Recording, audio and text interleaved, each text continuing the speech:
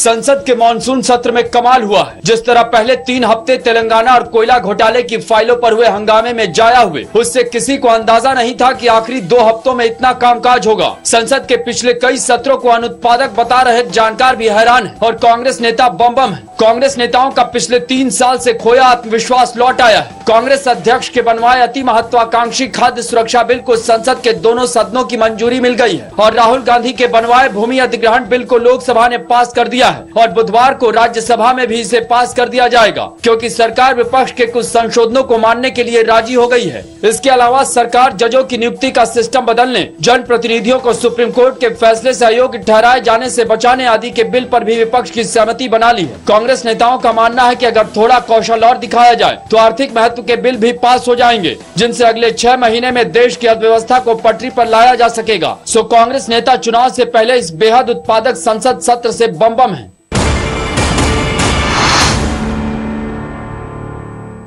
संसद के मानसून सत्र की तमाम उपलब्धियों का श्रेय कांग्रेस और यूपीए सरकार को जा रहा है। कांग्रेस को खाद्य सुरक्षा और भूमि अधिग्रहण कानून के रूप में चुनावी मुद्दा मिल गया है, लेकिन सवाल है कि मुख्य विपक्षी भाजपा को क्या मिला। कहा जा रहा है कि इसी वजह से नरेंद्र मोदी खाद्य सुरक्षा और भूमि बिल दोनों का विरोध कर रहे हैं। उन्होंने अपनी पार्टी के संसदीय नेताओं से कहा था कि वो इन दोनों विधेयकों का विरोध करें, भले जनता में जो मैसेज जाता है जाने दे, क्योंकि वैसे भी बिल पास हुआ तो उसका कोई फायदा भाजपा को नहीं मिलेगा। मोदी समर्थक एक वरिष्ठ नेता ने इस पर बहुत रोचक टिप्पणी की। उनका कहना है कि कांग्रेस खुद दूल्हा बन गई और भाजपा नेताओं को बाराती बना लिया।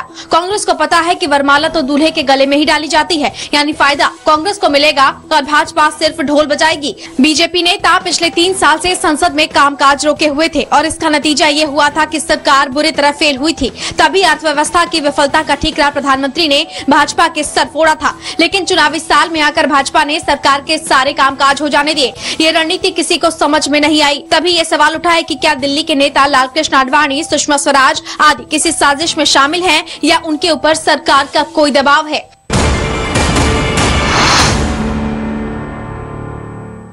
भारतीय जनता पार्टी के नेता डेलीगेशन लेकर राष्ट्रपति के पास चले गए। लालकृष्ण आडवाणी सहित अरुण जेटली, सुषमा स्वराज आदि सभी नेताओं ने जाकर प्रणब मुखर्जी से कहा कि वे सरकार से कहें कि अभी लोकसभा चुनाव कराए जाएं, क्योंकि अर्थव्यवस्था को बचाने का यही एक तरीका है। भाजपा में भी कई लोग हैरान हैं कि आखिर यह किसका आइडिया था। सबको पता है कि न राष्ट्रपति ऐसा कुछ कहेंगे और न सरकार ऐसा कुछ करेगी, फिर भाजपा नेता क्यों ऐसी बात कहने गए, जिससे यह मैसेज गया कि भाजपा को सत्ता हासिल करने की जल्दी है। जनता में मैसेज गया कि भाजपा सरकार को स्थिर कर रही है। संसद में कांग्रेस नेता लगातार कहते रहे हैं कि भाजपा नेताओं को यह बात हजम नहीं हो रही है कि वे 2004 और 2009 का लगातार 2 चुनाव हार चुके हैं और सत्ता हासिल करने के लालच में वे सरकार और संसद दोनों को काम नहीं करने दे रहे हैं। अब भाजपा के नेता जल्दी चुनाव की मांग करने राष्ट्रपति के पास पहुंच गए। कांग्रेस का कहना है कि भाजपा को अर्थव्यवस्था की चिंता नहीं है, उसे किसी तरह सत्ता में आने की जल्दी है, इसलिए उसके नेता बेचैनी में कुछ भी कर रहे हैं। अब